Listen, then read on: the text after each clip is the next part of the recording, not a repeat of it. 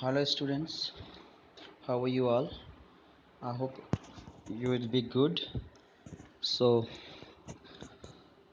here is a video explaining the stanzas of the poem. Although I have given you already an audio, but let me explain you this uh,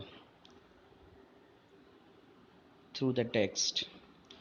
Well, a legend of the Northland, as the poem title suggests, it is a story, an old age story about a legendary woman that lived somewhere near the Northland. So, what is Northland? The poet here refers to the northernmost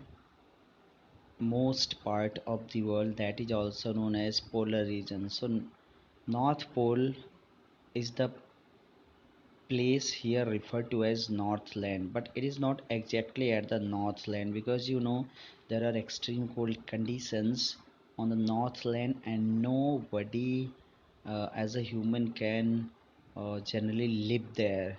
So it is somewhere near the North Pole where people used to live, but the conditions there are extremely cold. So let us see the poem now. This is the story belonging to that region only. The exact place has not been given by the poet. Poet has not given any exact place. So away in the northland, where the hours of the day are few, and the nights are so long in winter that they cannot sleep them through.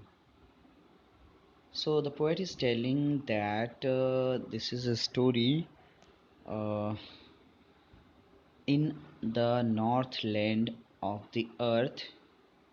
The days are very shorter there during the winter, and nights are very longer.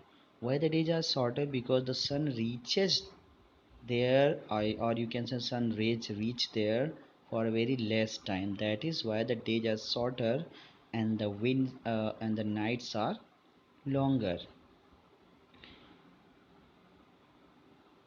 So generally, just because the nights are very long, so people cannot sleep throughout the whole night. Just because their slumber is over within 8 to 10 or 12 hours, but the uh, nights are longer than that. Well, how the people lived there, how the animals lived there, is given in the next lines. Where they harness the swift reindeer to the sledge when it snows. So when it snows, when it when the snow falls in that region, people used to pull their carts, that is known here sledges. So people used to pull their carts by an animal called reindeer, and the children look like bear's cubs in their funny furry clothes.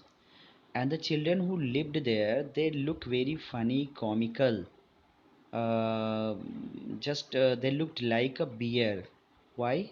They just looked like a bear because they wore furry clothes. They wore clothes that was made by the furs of the animals.